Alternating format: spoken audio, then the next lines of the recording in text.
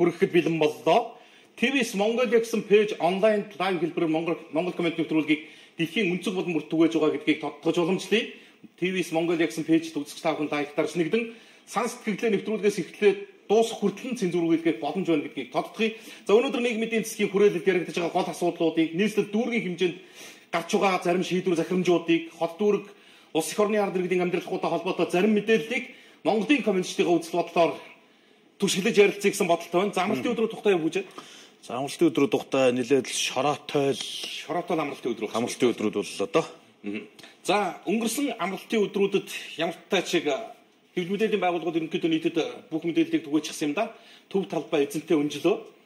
Хүчирхийллийн эсрэг хүүхдийн эсрэг хүчирхийллийн үйлдвэж байгаа гэмтэргийн эсрэг Монголын залуучууд эв санаагаа нэгтгэж ээж аавууд үр хүүхдүүдийнхээ төлөө ирээдүйгөө төлөө төв талбайд нэг өдөр гарч төр засгийн өдрөд халбан тушаалтнуудад шаардлага мэдээллийг хүргүүлдэг. За энэ шаардлагынхаа хариуг авахаас тодорхой хугацаатай юм байна. За тодорхой үр дүн үзэгдсэн жагсаалт байлаа гэж хэлж болохоор байна.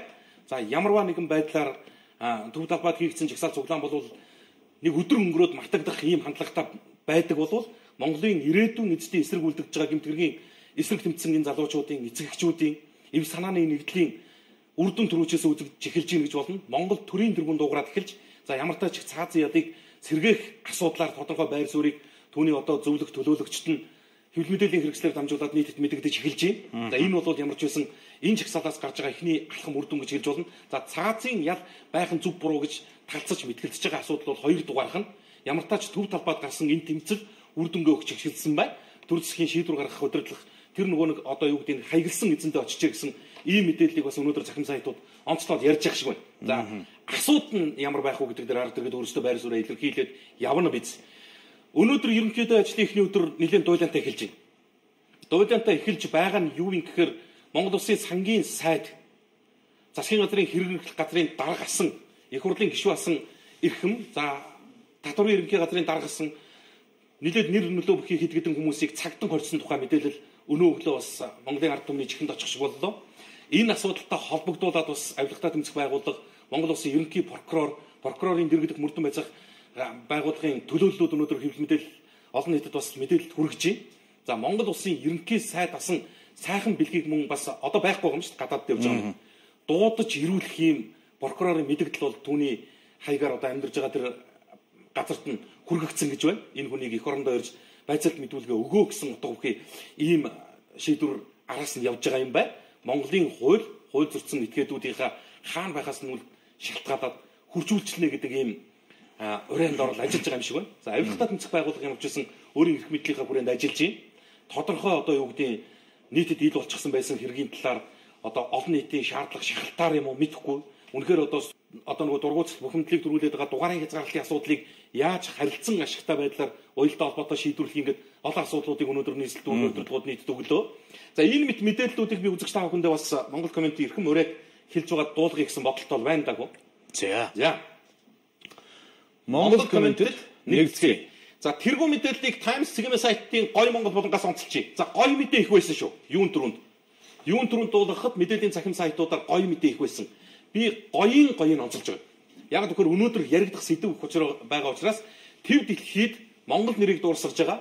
Дэлхийд Монголыг таниулж байгаа. Монгол төрийн давбаг хамгийн өндөрт мандуулж чадж байгаа. Тэр эрэлхэх өгүүдийг өнөөдөр алдаршуулах гэсэн.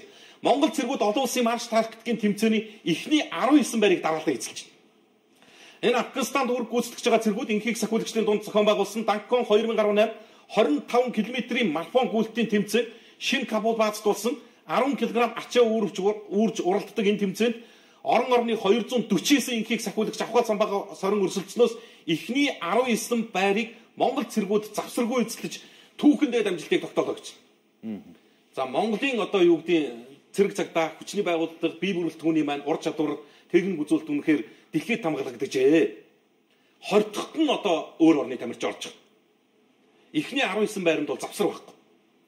Ийм сайхан мэдээллийг Times мэн гоё Монгол болондоо онцолсон байсан. Тэгээд энэ Facebook-ийн пост байсныг татаж авчирсан юм байлээ. Тэгээд дид ахлагч Санчир 2 дугаар байранд 2 цаг 2 минут 20 секундын амжилтаар дид ахлагч Төмөрбаатар за эхний 3 байранд бол энэ залуучууд орсон гэдэг энэ мэдээллийг нь Times цэгийн сайт онцолсон байна лээ. Үнэхээр мундаг юм. 249 ихийг сахиулагч оролцсон байна. Орон орны. Үнэхээр бол өстө өрсөлдөгч байдгүй юм байна гэдгийг баталж харуулсан ийм үйл явдлыг Times онцолсон байсан баяр хүргэе. За. Тэгэд бол ерөнхийдөө өнөөдрийнхээ асуудал руу орё гэж бодож байгаа юм. Папраци мэн баяр цогт ариун сан Бямсайхан нарыг илт хууль бус шийдвэр гаргасан хэмээн цагдан хорилоо гэсэн мэдээллийг нийт танилцууллаа. За ямар хүн үндэс шалтгаан ямар нөхцөл байдал үүссэн бэ гэдгийг үзэгчд бол гадарч ойлгож байгаа.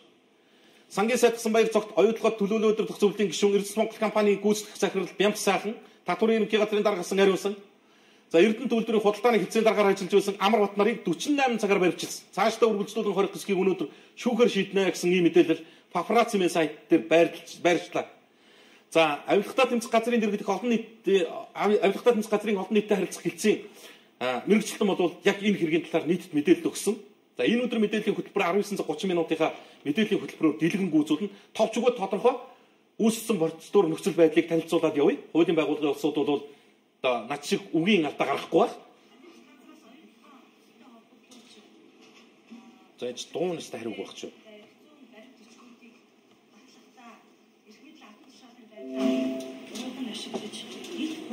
Шийдвэр гаргаж за бусдад даваа байдал олгосон байж болцсохгүй гэдэг. Сангийн сайд засгийн газрын хэвлэл татсан дараагаар ажиллаж байсан баяр цогт. За мөн татварын ерөнхий газрын дараагаар ажиллаж байсан ариун сан Эрдэс Монгол компанийн гүйцэтгэх захирлаар ажиллаж байсан Бямсайхан нарыг нэмж холбогдуулан шалгаж эхэлсэн. За тэгээд авилгатай тэмцэх газраас шалгаж эхэлдэг гэсэн мэдээллийг өглөө. За үүний дараагаар прокурорын байгууллагаас цагдан орсон гэсэн мэдээллийг нь өгсөн байна. Энэ юуг нь найруулагч энийг бас бариад өгч. Нийгэмсэн үзүүлж байгаа. Зөвчтөр буюу 2018 оны 4 сарын 1-ний өдөр тухайн үед сангийн сайдаар ажиллаж байсан баяр цогт татварын ерөнхий газрын дараагаар ажиллаж байсан ариун сан Эрдэс Монгол компани гүйцэтгэх захирлаар ажиллаж байсан Бямсайхан нарыг оюутлогын хөрөнгө оруулалтын гэрээ болон даалт уурхайн санхүүжилтийн за төлөвлөгөө зэрэг бичиг баримттай холбогдох хэрэгтэй. За оюутлогын гэрээ болон эрхцээ баримтгчдыг батлагтай эрх мэдэл албан тушаалын байдлаа уруулан ашиглаж хууль бус шийдвэрээр бусдад даваа байдал олгосон байж болзошгүй гэх үндслээр сэжигтнэр батгаж хойшлошгүйгээр баримтах ажиллагаа явуулсан байгаа.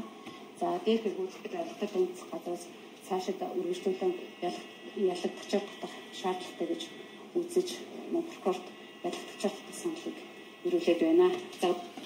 За нэг иймэрхүү нөхцөл байдал одоо юу гэдэг шинэ 7 хоногийн эхний өдөр нийтэд хүрлээ. Монголын төр эзэнтэй байгаа юм байна. Монголын хууль бас зэрэгэндээ эрхтгч үйлчилж байгаа юм байна гэдэг ингээд сошиал орчинд бас нэг хэрэглээ. За энэ усуудыг бол одоо их буруутгах байгаа хандлага бол байхгүй. Мэдээж хэрэг энэ хуулийн хяналтын байгууллагууд яг хуулийнхаа зүйл зарт үндслүүдийг танилцуулаад та бүхэнд мэдээлэл өгч байгаа. За шүүх хурал болно. Цаашид одоо үргэлжлүүлэн хорих хэрэгтэй байна гэдэг тийм нөхцөл байдал гарвал үргэлжлүүлээд хорно. Гин буруутаан тогтоогдвол одоо Монгол улсын хуулиар ял шийтгэл хүлээлгээд явах байх. Үнэхээр одоо тэр өөрсдөө өмгөөлж хамгаалаад ирээдүйн хэвлэлийн урал мэдээлэл хийжсэн шиг гимгүү цагаан байвал одоо төр эргээд баг энэ усудаас уучлахгүй байх. За юуг харуулж ирэхээр зэрэг нэг л зүйл байна. Хоёр талдаа гараад л үзээд ирсэн. Энэ талд нь хуулийн хяналтын байгууллагын энэ усууд буруу тайлгээд байдаг. Нөгөө талд нь энэ нөхдүүд нь болохоор бид буруугүй би бол үнэхээр гайхамшигтай гэрээ хийсэн гэд тэрийг өнөөдрийг хүртэл хамгаалаад байдаг. Зүгээр ард иргэд олон нийтийн зүгээс яасан гэхээр шалгачаач. Шалгачгал да. Баримт цэлтэн байж гин, гэрээ үзгэлс усууд нь байж гин, нэр устагаа байна, он сартагаа байна. Шалгачихъя. Тэгээд үнэхээр гин бурууг бол энэ чинь тогтоогдоод гараад иржтэй л гэдэг ийм асуудал нөхцөл байдал байсан. За одоо хандлага өөр болж байна. Одоо яаж юм хэрэг нэр бүхий усуудын илт гэж штэ. Илт албан тушаал уруулан ашиглаад бусдад илт буу байдал олгосон байж болцсгүй гэж зүйлээ бүр ингээ хилээ гараад ирлээ штэ. Тэгэхээр эн чинь бол өөр болоод эхэлж байгаа. Одоо бол нөхцөл байдал өөр болчихж. За ингээд яах вэ гэхээр эннийхээ араас тухайн үеийн засгийн газрын тэргүүнээр ажиллаж байсан сайхан бэлгийг дуудах хуудас илгэнэ. Авилгатай тэмцэх газраас цаг үеийн асуудлаар мэдээлэл өгсөн. За ингээд олон нийтэд харилцах ажилтан комиссар мөнх тунгалаг ямар мэдээллийг нийтэд өгсөн гэхээр зэрэг за ийм усуудыг яллагдагчаар татаад саатууллаа. Одоо тухайн үед Монгол Улсын ерөнхий сайдаар ажиллаж байсан Чимдийн сайхан бэлгийг Дубайн гэрээ гихчтэй холбогдуулан байцах шаардлага үүссэн. За энэ хүн бол одоо Монголд байхгүй байгаа юм байна. Тэгэхээр байгаа Оросд сууж байгаа тэр газрын хаягаар авилгатай тэмцэх газар прокурорын байгууллагын зарлан дуудах хуудсыг араас нь илгээсэн гэж байна. За одоо бол энэ оюутлогын гэрээтэй холбоотой нөхцөл байдал чинь ерөнхийдөө ард иргэдэд нөгөө багныхаа араас ил гарч ирж харагдаж эхэлж штэ. Ил гарч ирж харагдаж эхэлж байна. Олон жил явлаа штэ. Яг үнийг хэлэхэд бид өчигдөр шиг санаад байгаа. Оюутлогын гэрээ үзэглэгдээд 10 жил болсон. 10 жил болсон оюутлогоо ямар хүн нөхцөл байдалтай байгаа юм бэ гэдгийг иргэд би зүгээр нэг олон юм ярихгүйгээр нэг зураг үзүүлчих зүгээр. Түг. Ингээд дүгнэлтээ хий. Энэ Эрдэнэ төлөвлөрийг төшөглөн болсон, Эрдэнэ төлөвлөрийг төшөглөн болсон одоогийн Орхон аймаг буюу Эрдэнэ тод. Тэр дээдлийнх нь энэ. За энэ вэ? Эрдэнэтээс 7 дахин том ордуулах оюутлогоо байж байгаа зарим энэ. Одоо доотлих. Эрдэнэтээс 7 дахин том. Өөрөөр хэлэх юм бол зөвхөн Эрдэнэ төлөвлөрийн дайнд ажиллахад 49% нь хувийн ашиг нь Монголын талд орж ирэхэд Эрдэнэ төлөвлөр чинь тийм байсан ш 51-49 байсан ш анх гэрээ хийхдээ. Тэгээ 50-50 болоод эргээд 51-49 болоод ингээд явсан ш. Зөвхөн 49% нь Монголын талд байгаад тэндээс орж ирэх ногдол ашиг нь Монголын ард түмэнд эрүүл цэврээр ирсэн болвол өөрөөр хэлэх юм бол оюу толгойг түшгэлсэн хот 7 эрдэнэт шиг болцсон байх нь шүү дээ. Энэ л байхгүй юу? Энийг л нөгөө эх орончт маань эдийн засгийн тооцоо судалгаатай улсууд маань улс төрчгүйгээр нөгөө нэг сенсац хөөхгүйгээр эрүүл цэврээр ярьдаг хүмүүс маань хамгаалдаг.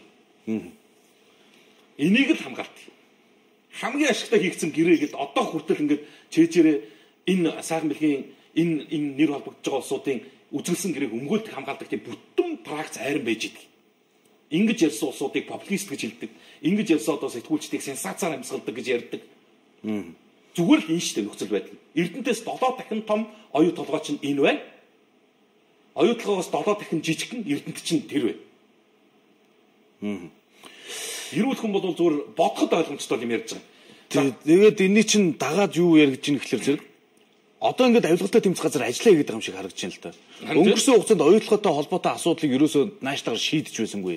Тэгвэл энэ удаагийн авилгалтай тэмцэх газар ингэж сайн ажиллаад байгаа юм уу гэдэг зүйл дээр өнөөдөр бас эсрэг байр суурь. Олон нийтийн зөвлөгөөд байгууллагууд авилгалтай тэмцэх газартай дэрэгдэх баасан гэдэг хүнээр ахлуулсан. За энэ хүмүүс чинь тэгвэл өнөөдөр авилгалтай тэмцэх газар ажиллаа хийж чадахгүй байна. Тийм учраас даргаыг нь огцруулна гэдэг юм зүйл яригдж байгаа. Тэгээ энэ чинээс ямар дүгнэлт хүмүүс хийгээд байна вэ гэсэн чинь нэг ийм дүгнэлт бас явж байна. Юу гэхээр зэрэг авилгалтай тэмцэх газрын чинь даргаыг ерөнхийлөгч санал болгож улсын хурал томилно. За тэгэхээр зэрэг Батулга гэдэг хүн одоо авилгалтай тэмцэх газрын даргаыг томилно. Авилгалтай тэмцэх газар ажиллаа хийж чадахгүй байна гэдэг гол зүйлийг яриад дарга томилох гэдэг. Тэгэхээр авилгалтай тэмцэх газар бид нар ажиллаа хийж байна. Оюутлогч яриад оюутлогч бид нар ингээ хийгээд байна штэ. Тэгсэн чинь Батулга Баасан гэдэг хоёр хүн чинь хийхгүй байна штэ гэдэг ийм сурчлагыг хийх гээд ингээ өндрийг авахгүйж байгаа юм биш үстэй гэдэг зүйл. Өмнө нь бас яг иймэрхүү асуудлаар олон хүмүүсийг саатуулж ирсэн. Одоо энэ дэр Эрдэнэс тавлага компани захирлсан Бацуур гэл хүмүүсийг саатуулж лээсэн тэгэл гаргаал явуулсан. Үнэн тогтоогдоогүй ингээл олон асуудлууд болчихсон л дээ. Яг чиний хэлж байгаа дээр чи хоёр л зүйл байна. Барь саатууллаа. Саатууллаа шалгалаа. Тэгэл явуулчихгүй. Гаргачихгүй гэдэг чинь нэг асуудал байна. За хоёрдугаарт нь яаж ирэхээр зэрэг байна. За одоо бодвол байдалд Монголын ард түмэн үндсэндээ бараг 3 сая 200 мянган ванг ашиглуулчихлаа шүү. Жасны матгүй саатуулна эрүүл мэндийн шалтгаанаар гарна. За одоо энэ усуудыг саатуулна дахиад ямарваа нэгэн хууч өвчин сэдвэр эрүүл мэндийн шалтгаанаар сулдагдана. Энийг бол одоо монголчууд мэддэг болсон байхгүй. Яг үннийг л зүгээр асуудлаа бодтой ярил л бод ярил.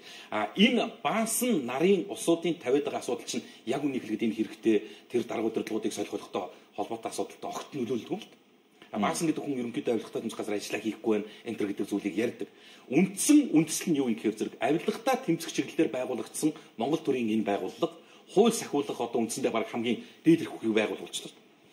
Энэ байгууллага хууль зөрчөөд ажиллаад байдаг ийм өдрөлгуудтай байгуул бохгүй гэдэг үндслийг ярьсан. Одоо хугацаа гэж юм байна. Пүрэв таврын чуулгыг эхлэх чинь. Хаврын чуулганаар хамгийн дөрөнд яригдах хилдэгдэх асуудал дээр авилгатай тэмцэх газрын даргын томилгоо. Одооны даргыг чиглэлийн хувьд бүрэн эрхийн хугацаанд дууссан гэдэг зүйлийг яриад байгаа шүү дээ. 2011 онд авилгатай тэмцэх газрын дарга томилогдсон юм. 2011 онд авилгатай тэмцэх газрын дарга томилогдоод 6 жилийн хугацаанд бүрэн эрхийн хугацаанд хэрэгжээд дуусчихсан. 2017 онд авилгатай тэмцэх газрын бүрэн эрхийн хугацаа дууссан. Тэр хин гэдэг хүн завсар нь хит орж ирээд гарсан нь бол сонирм биш байхгүй. Тэр бүрийн эрхийн хугацаанд дуусах хэрэгтэй. Одоо өөрөөр хэлэх юм бол улсын хурлын нэг гишүүнийг эргүүлэн татлаа.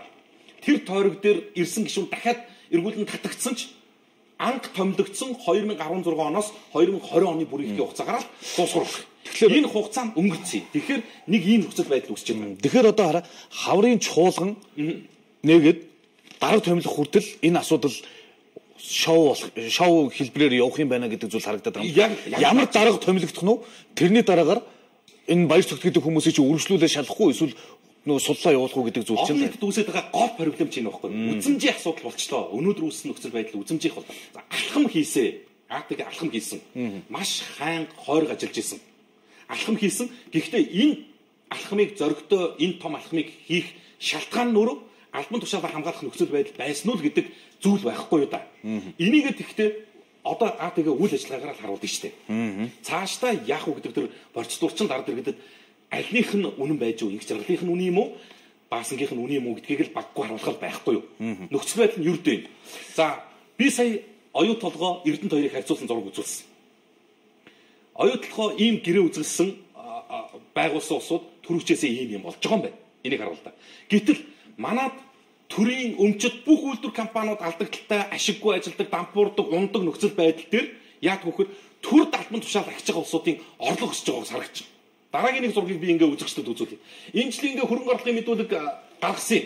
Төрийн дээр албан тушаалтууд гаргасан ингээ танилцуулж илээ.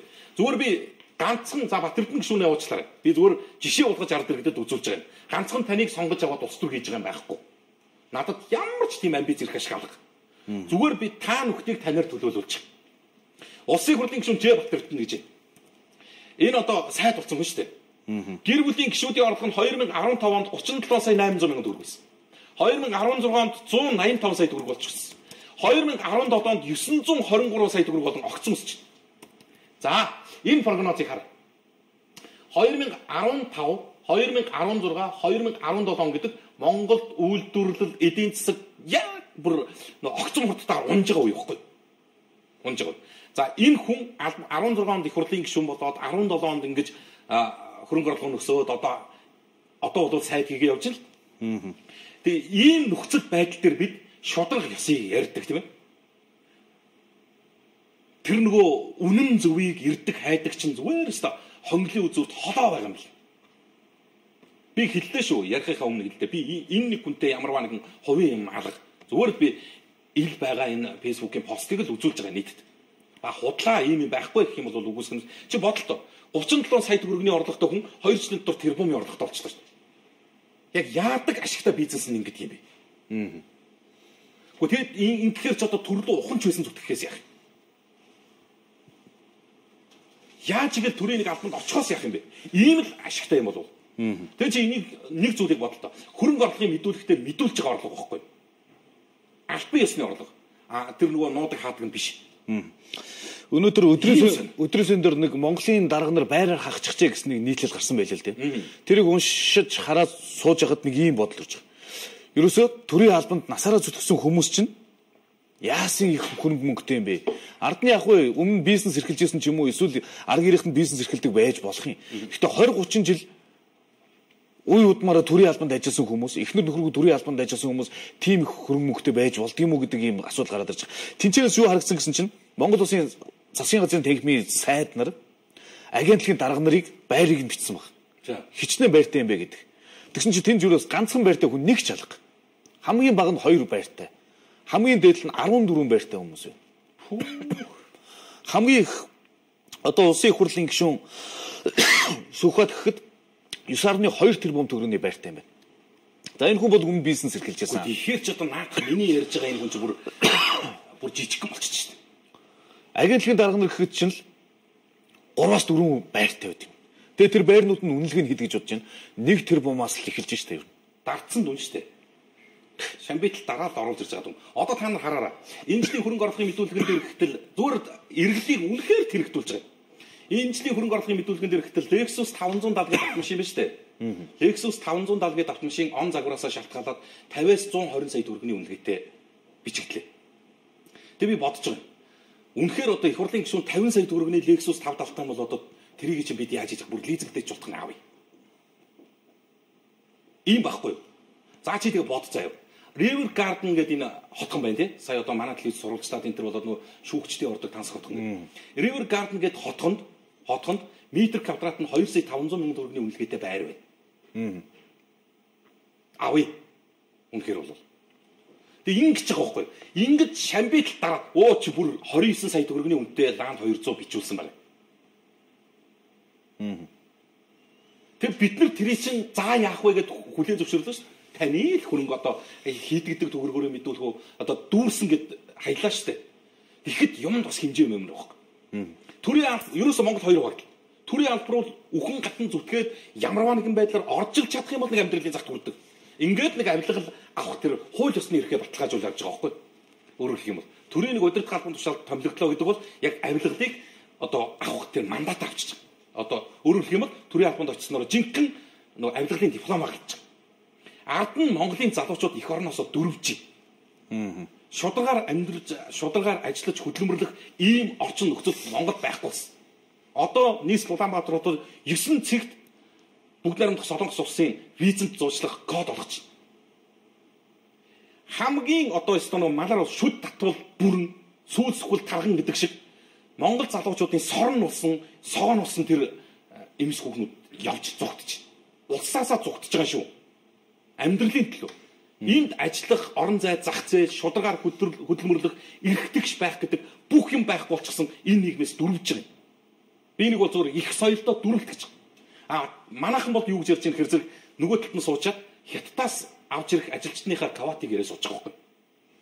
Энэ жил шинээр Вьетнамаас ажиллах хүчтэй татдаг болж байгаа. Энэ бол хөдөлмөрийн зах зээл дээр орж ирж байгаа өсрөнгөө хөгжиж авах юм яриа сууж. Тэгээ гадны өндөр хөгжилтэй орноос Монгол одоо ажиллах хүч авдаг боллоо. Энэ бол бас засгийн газрын хийж байгаа том ажил. Түргүү юм шиг л амьдарч штэ бид нар. Найдаж байгаа найдвар маань Монголын төр биш Солонгосын хичээс айл байхгүй. Тэр тамга барьцсан сууж байгаа нөхөрлөл найдаж. За 3 сарын виз давчдаг бол очиод харлах юм харлаад нэг жаахан ажиллах юм. Ерөөсөө ийм бодол. Энэ харалт та тань. Энэ зөвхөн нэг хэсэг дээр нь байна. Энэ юу байхгүй нийслэлийн баян зүрх дүрэг. Хаана байгаа цуу юм бэ? Ингээ бүр яриатай бичлэгтэй юм бил. За энэ буруу тийшээ явчихсан.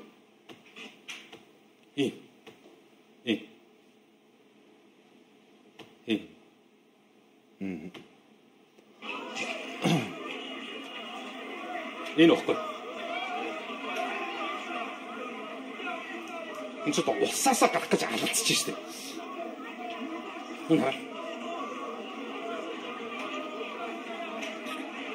бүр зах хязгаар нь хаана байгаа мэддэхгүй. Би хүн амтны зөвийн төлөө санаачилж хийсэн үйл ажиллагааг үгүйсгэж байгаа юм шиг. Өнгөрсөн амралтын өдрүүдээр болсон хүчирхийллийн эсрэг суглаанд ийм их залуучууд ирсэн үү? Одоо сүүлийн үед л Монголд болсон хамгийн том жагсаал байлаа. Нэг нэгтгэхэд би ч өөрөө очлоо, оролцлоо. Үзэл бодлороо би дэмжиж ирсэн. Гэхдээ тэнд ийм залуучууд байв уу? Одоо сүүлийн үед тэр энэ амралтын өдөр болсон тэр хүчирхийллийн эсрэг жагсаалаас илүү том жагсаал болоогүй Монголд. Хамгийн том дэр байсан. Ингээл бодохоор нэр дааж гомдмоор байгаа. Тэгээ энэ залуучуудын маань сэтгэлгээ ч гэсэн эндээс л нэг гарвал энэ тамийн тогооноос салуул гэдэг юм бодолтой. Улсав нь яах юм бэ? 10, 20, 30, 40 мянгараа ингээд явлаа шүү дээ. Албан ёсоор 60 хэдэн мянган ажилтан Солонгост байна гэдэг албан бусаар 300 мянгад хүрсэн гэж байна. Хөдөлмөрийн эд насны залуучуудыг хөөгөж баг хөөж боловсон хөөж байна. Бүх зүйлээр нь хааж ууж байгаа гаргаад ард нь Хятадаас юм уу, Вьетнамаас юм уу ингээд гадны улс орнуудаас ажилд авчирч. Ийм бодлоготой. Сая зөв Солонгосын тухай ярьснаас сая нэг юм болсон байна. Солонгост байгаа монголчууд хулгай хүчингийн хэрэгт холбогдоод тэгээд нөгөө хууль хяналтын байгууллага нь монголчуудыг ангуучлах аян зарлцсан байна. Одоо тэнцээ чинь ажиллах гээд очсон олон монголчууд бас баригдаад ирэх юм байлээ л дээ. Нэг ийм зүйл бас яригдж байгаа юм билээ. Тэгээд энэ залуучууд яагаад ингэж очирч өнөөдөр ипотекийн зээл гэдэг нэг дийлчгүй юмтай. Тэгээд тэр олон байртай дарга нар чинь ипотекийн зээлээр байр авж байгаа хүмүүсийн зовлон ерөөсөй ойлгохгүй юм байна уу? 4-5 байртай хүмүүс чинь яаж нэг ганцхан байрны төлөө бүх амьдралаараа өрөнд орж байгаа хүмүүсийг ойлгох юм бэ? Ойлгохгүй шин. Тэгээд өнөөдөр Facebook дээр бас нэг юм явж ирсэн л да. Би олохгүй л байна. 48 сая төгрөгийн зээл аваад 148 сая төгрөг гэж болох төлөх юм биш тэгээд ингээд зураг хөргөтөнд тавьчихсан. Ипотекийн зээл. Харин би хэлээд байгаа шүү дээ. Энэ чинь зүгээр банкны боловсон дээрм юм аа. Энэ тогтолцоо өөрчлөгдөөгүй цаг юу ч өөрчлөгдөхгүй. Байрны зээлгүй хэн ч явахгүй Монголд. Одоо нэг ийм нөхцөл байдал байгаа байхгүй юу? Монголын залуу Монгол эзэнгүүдлээ. Энэ ус эзэнгүүдлээ. Эрүүл сар бол бүх залуучууд нь гадагшаа зүгтлаа явлаа. Явахгүй яах юм бэ? Гэхдээ та нар бодол доо. Явахгүй яах юм бэ? Сарын 200 мянган төгрөгийн цалингаар хүн яаж амьдрах юм бэ? За 500 мянга. Гэхдээ энэ залуучууд чинь бүр өчнөө нь 500 мянгатаа бол байж гэсэн залуучууд энд байна. За юу. Үнэхээр яг 500 мянга гар дээр тавьчих юм бол байж гэсэн залуучууд зөндөө байгаа. Яваад үзээрэй. Тийм ч хүрхгүй байхгүй. Тэгэнгүүтлээ яах вэ гэхээр за 500 мянга. За 500 мянга. 800 мянган төгрөгийн байрны лизэгт. Бүтэн сарын цалингаа өглөө дээрэс нь 300 мянган төгрөгийг хаанаас олж өгөх юм? Яаж ийгээд одоо нэг Монгол хүний урах ханаар олоод өглөө эхнэр хүүхдээ яаж тийжих? Нөгөө өндөр үнэтэй лизингээр авсан байрныхаа тог ус хэрэглээнийхээ мөнгийг сүүхийн төлбөрөөр хинээс авч өгөх юм? Хэдэн жил ээж аав нь өгөх юм? Тэтгэврийн мөнгөөр. Би бол явахыг зүг гэж хардаг байхгүй. Ийм л байна штэ. Нийгэм ийм л байна. Тогтолцоо ийм л байна. Тэгээ одоо залуучуудаа би шууд хэлээ. Их ингээд нэг солонгос гарцныг нэг визэд аруулаад ингээд явцныг нь азтай гэж ойлгож байгаа. Үгүй байхгүй юу да. Тэнд очиод яаж хөдөлмөрлөж, яаж амьдарч тэ хідэн цаг унтаж, хідэн цагт босч хүний хацаар ингэж нахилж ямар хуу нөхцөл байдалтай ямар орчинд очдгийг нь бол мэдэхгүй. Энд үлдчихэж байгаа нь мэдэхгүй байхгүй. Үнэхээр нэг 100 мянган оны цалин авах гэж ёстой тамирын тасардал юу эсийг хийдэг гэж бодсон. Тэгээ энд байж байгаа үлдсэн нөхдүүд нь болохоор яаж хийж байгаа гэрийнхаа нэг хамгийн гайгүй эрүүлт чиргээгээ явуулчих. Явуулаад жинхэнэ паразит шиг амьдарч байгаа байхгүй. Тэр энд ажиллаад байгаа нөхөр баг хөлөндөө ойлгохдоо готлоо авч өмсөхгүй. Өөрөөсөө харамлаад. Шим дүүмэн нэг пүүз цаглаа тэрийг явуулчих. Шим ихчмэн цамцгүй гинэ тэрийг явуулчих. Энэ сарынхаа байрны мөнгийг төлж чадаагүй тэрийг явуулчих. Эцэст нь яг үхээр 4 жил 5 жил зүтгэж жагаад Монголд ирэхэд нэг юм хэлж болохгүй хідэн нэр төрлийн өвчний урхаа орж ирж байгаа. За. Үнэн чанга шүү нэрээ манайх бол. Олон чалган сэдв байна да. Тэгээд сэтгэл бас нилээд ирж явах шиг байна. За Америк виза юу болсон бэ? Олон хүн асууж байна. Бүртгэл явуу болсон байл гэж чинь 10 TGS гэсэн хувийн дугаартай шар хад зумжин чиглэлийн шар өнгөтэй автобусанд 17 цагийн орчимд 100 айлаас аав маань суух гэж байхад хөдөлж унгааж гимтээчгээд хил амарт оромжилсан байна. Үүнд ямар хариуцлага тооцох вэ? Гомдолтой байна. Энд чинь нийтийн тээврийг соёлжуулах жил мэл болгоод зарлаа биз.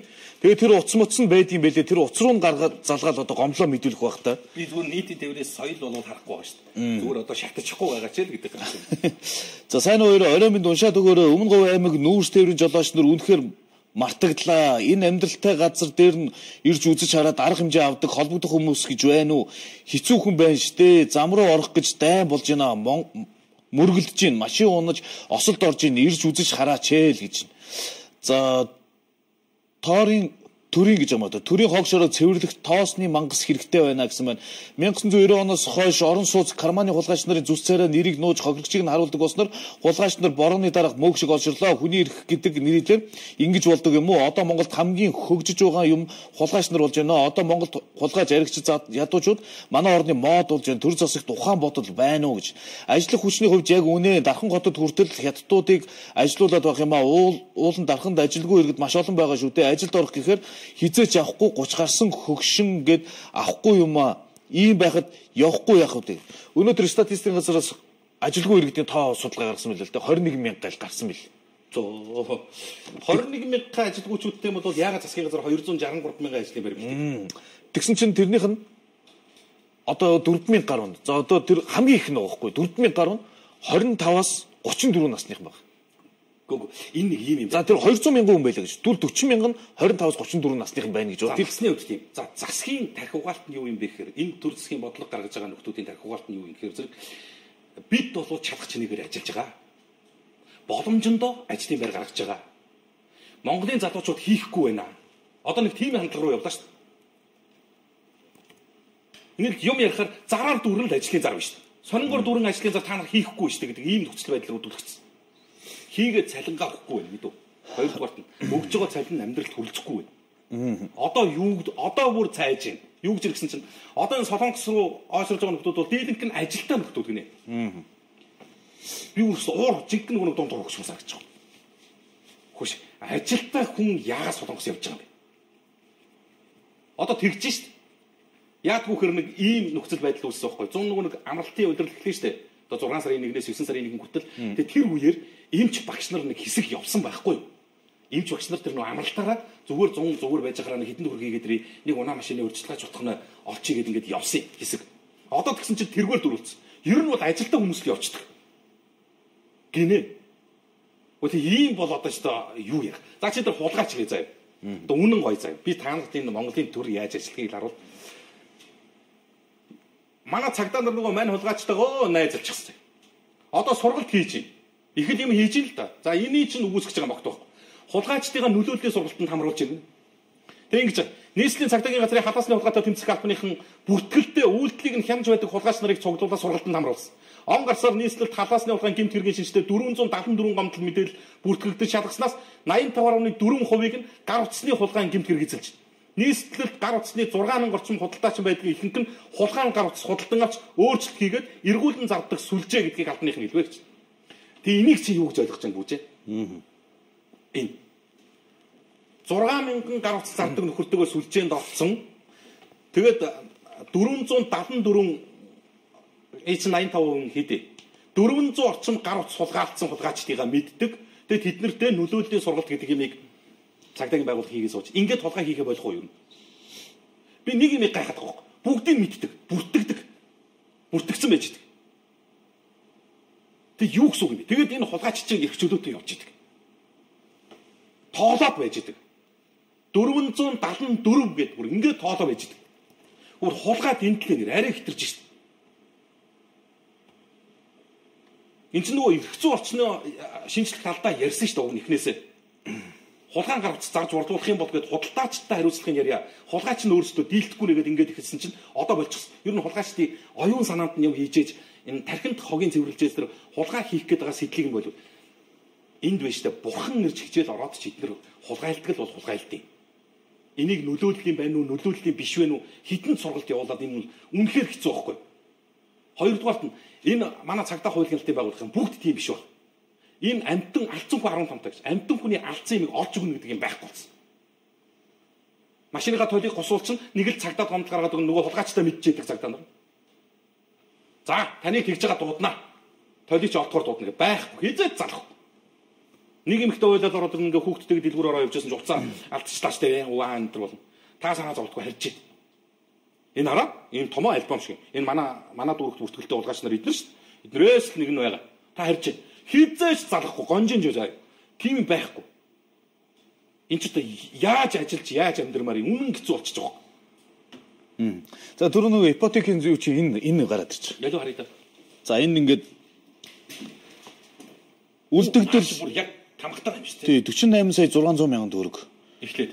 За хүүгийн төлбөр 911 мянган төгрөг ингээд авч байгаа юм байна. Нийт төлбөр ингээд явж. За жилийн дараа гээд харъя л да. Энэ 2017 оны 7 сарын 25-нд гарсан зээл байна л да.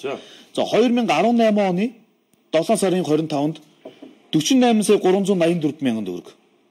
Үндсэн зээлээс одоо хэд хасагдчих?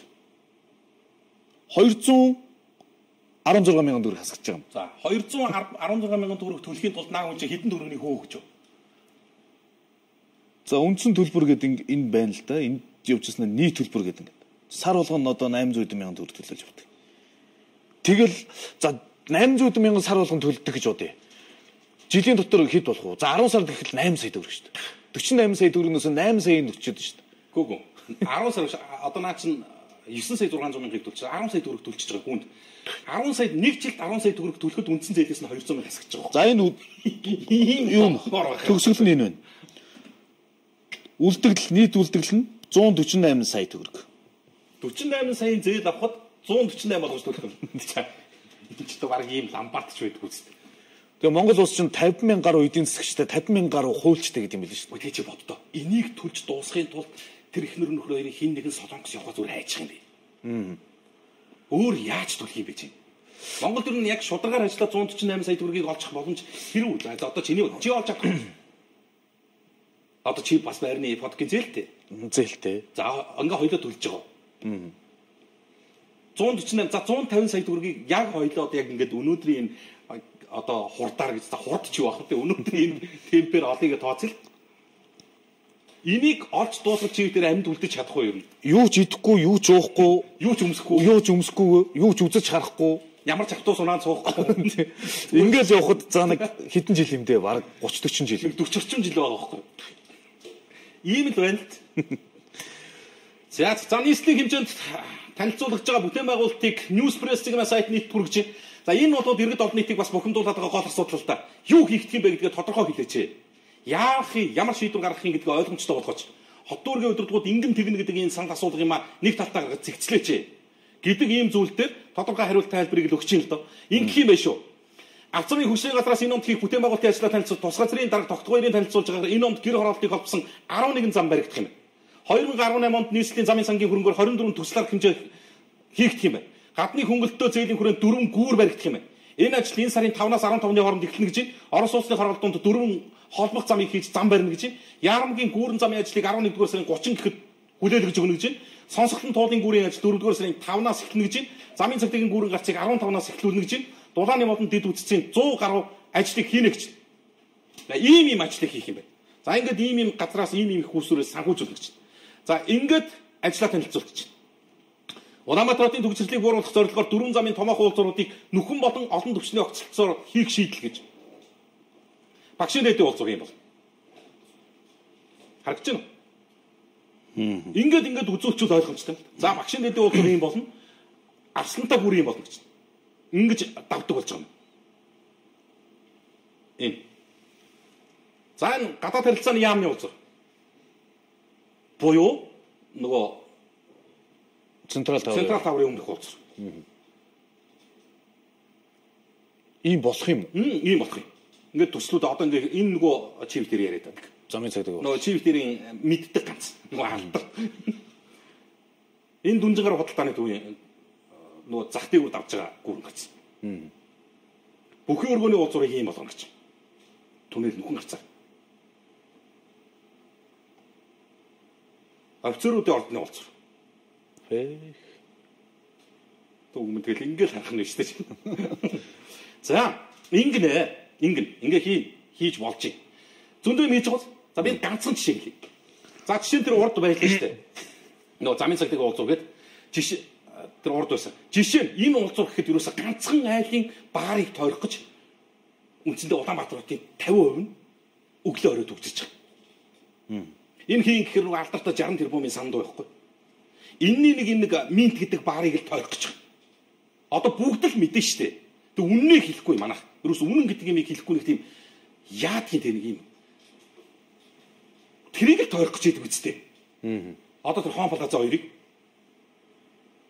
ерөнхийлөгчийн тамгын газрын даргал харин Твиттерт бичсэн. 47 сая доллараар ийм гүр барьснаас өөртөө хууль зөрчил зөвшөөрлөгч бариулсан сандуугийн дэлгүүрийг буулгавал энэ уулзуурын түгшрэл арилна гэж. Та нар тэгэл бодолтой. Тэр Хон Плаза хоёр байхгүй бол нэгт ингээл уулзуур болчих л доо. Хичнээн их асуудал шийдэх тэр. Зүр Улаанбаатарчуудаараа очиод нэг багаар нийцний өмнө ингээд явж ийн гэхэр чинь тийч өрөвдөлтөө байхгүй. Одоо харж байгаа юм. Энийг л тойрох гэдэг шүү дээ. Үгүй ингээ нэг толбцсон ингээд 4 зам явах болчих л доо. Хичнээн их асуудал шийдэж болохоор. За хийж хэрэгжүүлэх гэж байгаа хот дүүргийн удирдлагуудын бүх бүтээн байгуулалтын энэ ажлуудыг би танилцуулна. Үгүйсгэж байгаа могт байхгүй. Зарим зүйл дээр төр юм болвол хуулийг хэрэгжүүлэл ажилтгал баймир байна. Энэ зөвшөөрлийг өөртөө олгоод хууль бусаар ингээ бариулсан юм бол хууль зөрчсөн тэр шийдвэрийг цуцлаад буулгах л та.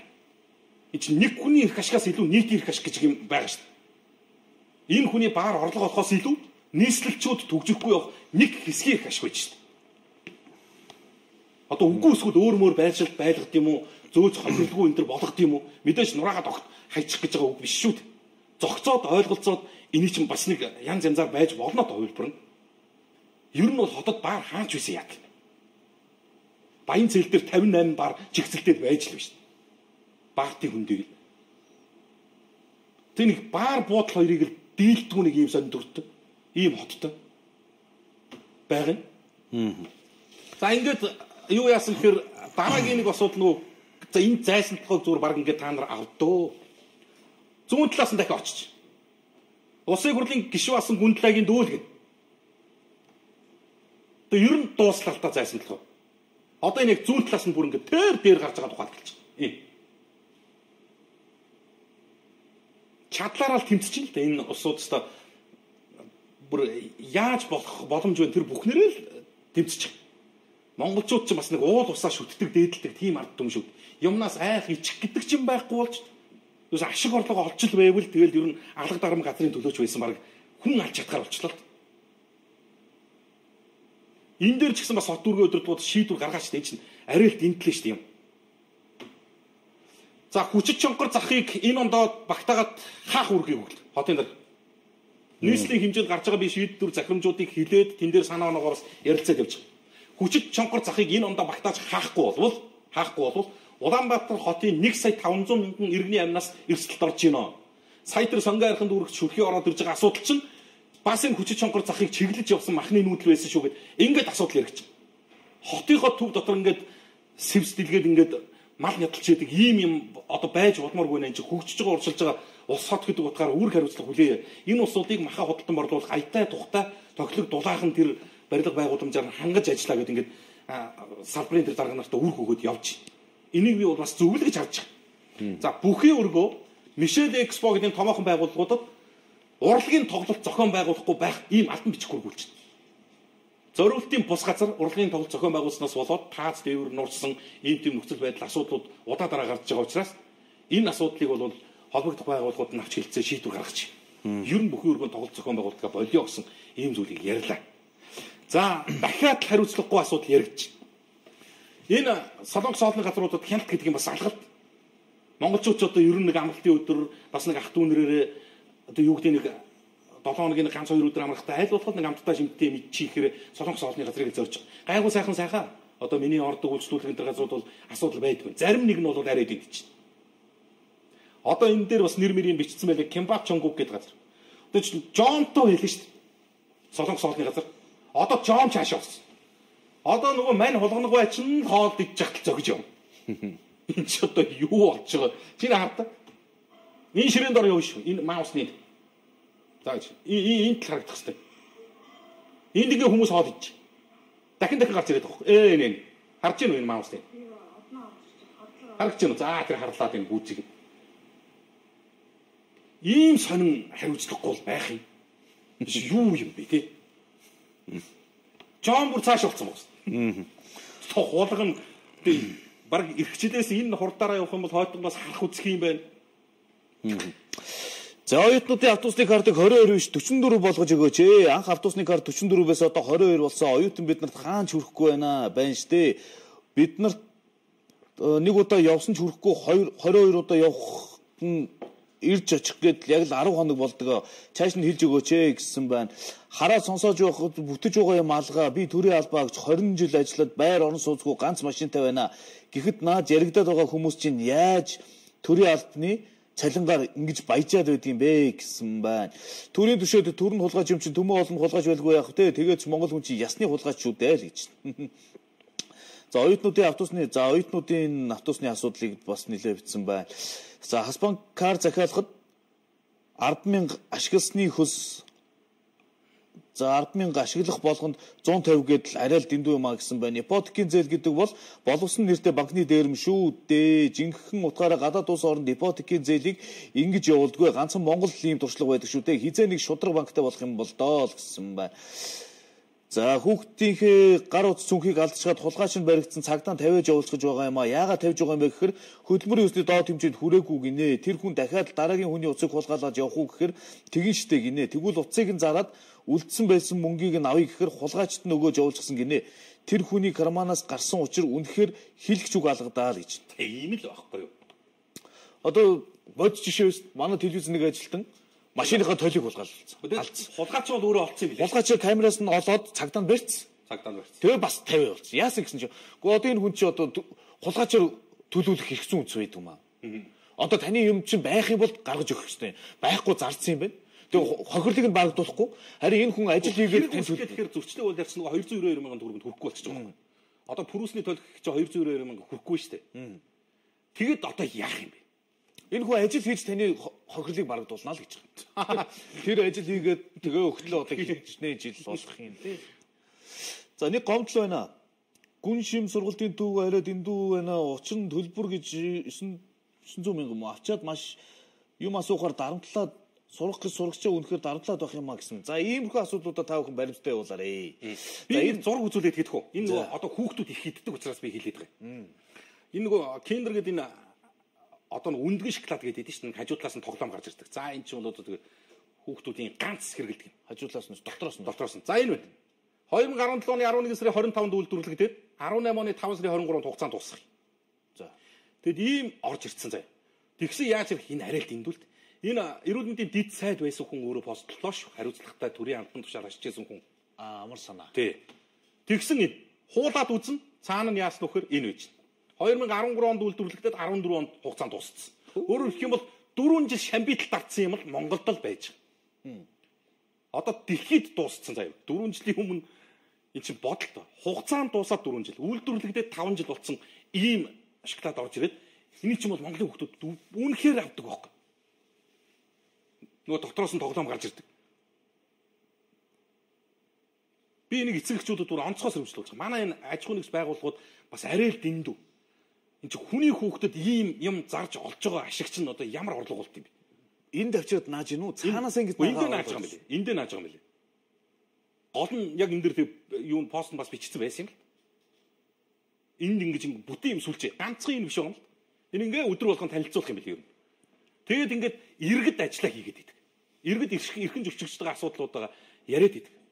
Нөгөө өсөлтөөний байгууллага, хэрэглэгчийн эрхийг хамгаалдаг байгууллага, мэрэгжлийн хяналтын байгууллага, гайл нь нөгөө мөнгө авахад урьдчил болгож яадаг татвар нь энэ чинь юусоо төрд ажил хийж өгдөг ийм байгууллага алга шүү дээ. Энийг хэн хилчилж явах ёстой юм? Энийг одоо тэгэл чадгаараа эцэгчүүдэд битгий энийг авч байгаараа л гэж уриалхаас өөрөө юу хэлэх юм? За нэвтрүүлгийн цаг дуусж байгаа юм байна да. За тийм байна. За зөндөл олон сэтгэлдлүүд ирж байна. Тэг өнөөдөр ч ерөнхийдөө ёстой халуун байлаа да. Тэг халуун сэдв халуун байлаа. Буруугаар хүлэн зөвшөөрөхөөс арга байхгүй. Би ч их ярьлаа. Арга байхгүй л одоо ийм л болчлоо. 18 цаг 49 минут даваа гарагийн Монгол коммент нэвтрүүлгийн түрээд өндөрлж байгаа үзэгчтэй. TVS Mongolia гэсэн албан ёсны онлайн пэйж үзэгч та бүдгийн санал сэтгэлийг авахд бас бэлэн нээлттэй хүлээж байгаа гэдгийг дуулгаж уламжлая. Өнөөдөр яригдсан хэлэгцэн олон асуудалд бас авах гэх ухаанаар хандна үз. За ярих сэдв олон байсан. Тэгээд маргааш нас эхлээд бас Монголын комментчдээ санал сэтгэлийг болж өгвөл түлхүүтийн уншиж танилцуулаад ингээ явна. Би өнөөдөр бас нэг юм хандивын тоглолт болох тухай мэдээллийг хүргэх байсан амтсангүй. Уучлаарай. Тоглолт нь арай болоогүй байлээ. За маргааш би бас хамгийн ихний загтал болгож уншиж дуулгаж өгнө гэдгийг бас би энэ аргирийн усуудад амлая. За нэгдэж нийл санал сэтгэлдээ цензуургүйдгээс үзэгч тандаа баярлалаа. Урайгаа хэлчих. За. Монгол комментэд нэгдсэн.